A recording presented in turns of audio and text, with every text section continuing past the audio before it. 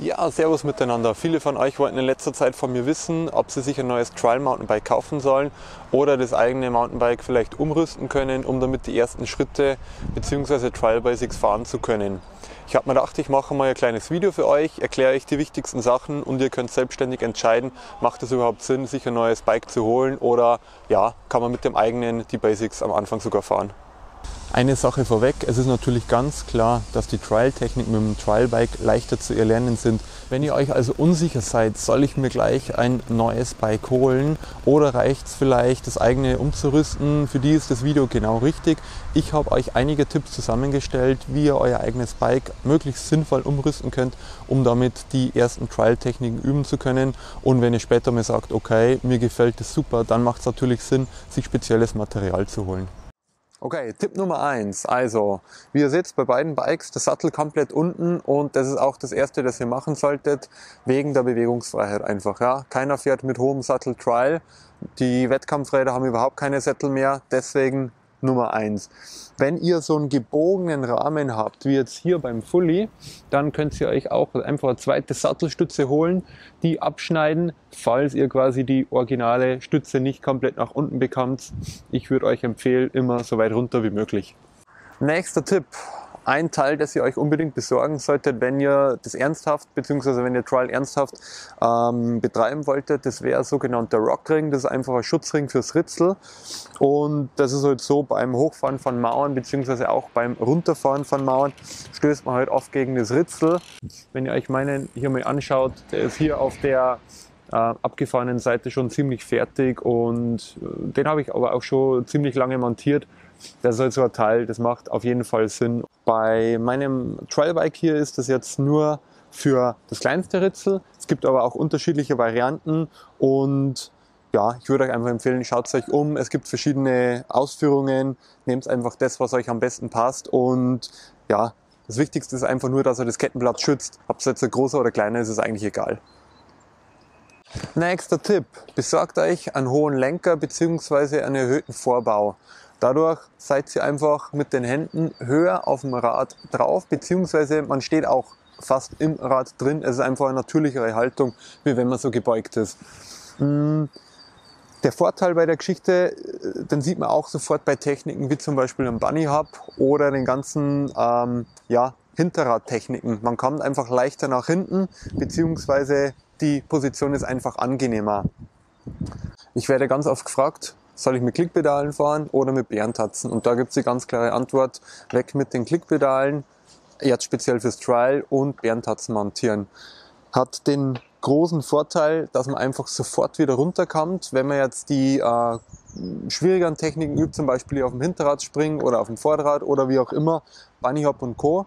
Ihr seid sofort wieder auf dem Boden und habt einfach keine Sturzgefahr. Ich würde euch empfehlen, relativ große Auflagefläche zu nehmen, wie jetzt hier bei dem Modell. Da ist der Fuß schön drauf, es besteht keine Umknickgefahr und von der Spike-Länge, da könnt ihr variieren. Ja, ich habe jetzt hier relativ lange Pins, aber ich würde euch mittellange bzw. eher kürzere zu Beginn empfehlen, weil man sich die doch mal ganz gern auch ein bisschen ans Schienbein klatscht und hier sollte man ein bisschen aufpassen. Dann zum Thema Hinterreifen. Am Anfang, wenn ihr die ersten Techniken übt, werdet ihr da wahrscheinlich noch keine allzu großen Probleme haben. Wenn ihr allerdings dann besser werdet, und das merkt ihr dann auch, wird das Hinterrad wirklich deutlich mehr belastet und ihr werdet euch da relativ schnell auch mit Platten einfangen. Montiert euch deswegen so einen Downhill-Schlauch oder am besten einen Downhill-Reifen mit dicker Karkasse. Die schützen wirklich sehr gut vor Platten und ihr spart euch da viel Zeit und Ärger. Dann nur ein wichtiger Tipp zu den Bremsen. Ihr wisst es ja, beim normalen Mountainbiken ist die vordere Bremse die wichtigere. Beim Trialbiken ist die hintere fast ein bisschen wichtiger. Und zwar ist es so, dass die ganzen Hinterradtechniken wie Backwheel Hops und Gaps eine relativ hohe Bremskraft erfordern und deswegen ist es wichtig, dass ihr hier eine gute Bremse verbaut habt.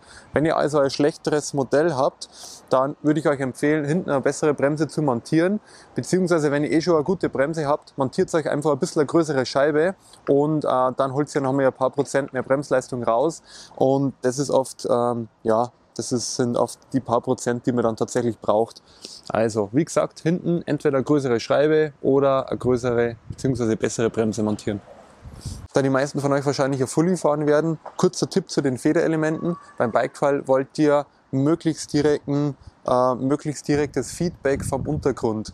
Das heißt, schaut einfach auf die, oder wenn ihr Federelemente habt mit einer Luftkammer bzw. Luftfedergabel und Luftdämpfer, schaut auf die Herstellerangaben und befüllt die Einheiten mit möglichst hohem Luftdruck. Das heißt, beim Dämpfer mit maximalem Luftdruck fahren und auch bei der Federgabel.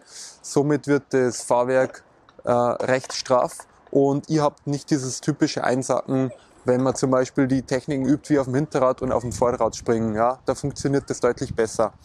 Man kann auch mit normaler Abstimmung fahren, aber es ist tatsächlich deutlich schwieriger. Ihr könnt gerne mal den Unterschied probieren. Einmal mit normaler Fahrwerksabstimmung und einmal mit straffer Fahrwerksabstimmung. Wie gesagt, für Trial fahrt es möglichst straff und da klappen die ganzen Techniken auch besser. Dann noch ein Tipp zum Schaltwerk. Wenn ihr Bike Trial intensiver betreiben möchtet, würde ich euch empfehlen, das Schaltwerk abzumontieren und gegen einen Kettensporner zu ersetzen. Der entscheidende Nachteil vom Schaltwerk ist, dass die ziemlich anfällig sind nach wie vor. Das heißt, wenn ihr seitlich irgendwo hängen bleibt und abrutscht, kann die ganze Einheit bzw. das Schaltauge sehr schnell abgerissen werden. Ja. Montiert euch deswegen am besten so ein Single-Spit-Kit wie hier bei dem Bike gezeigt. Die ganze Kassette wird quasi ersetzt und es bleibt nur noch ein Ritzel übrig. Dann zum Thema Übersetzung. Bei meinem 26 Zoll Trialbike fahre ich vorne 22 Zähne und beim Ritzel 18 Zähne. Bei meinem 24 Zoll Trialbike fahre ich vorne 22 Zähne und hinten 16 Zähne. Ich würde euch empfehlen, das so als groben Richtwert zu verwenden und ihr könnt das gerne ein bisschen straffer fahren, das Setup, oder ein bisschen leichter, aber das ist wie gesagt so ein grober Wert, an dem ihr euch orientieren könnt. Beim Mountainbike, wenn ihr das Schaltwerk montieren lasst, dann habt ihr kein Problem, weil ihr könnt es dann bei der Bandbreite jeweils auswählen und da merkt man gleich, wo man sich am wohlsten fühlt. Nochmal ein allgemeiner Tipp, also hier haben wir jetzt beide Modelle direkt nebeneinander. Ganz normales Fully und hier ist ein ganz normales Trialbike. Wenn ihr ein Hardteil benutzt, könnt ihr auch die Federgabel wegnehmen und die durch eine Starrgabel ersetzen.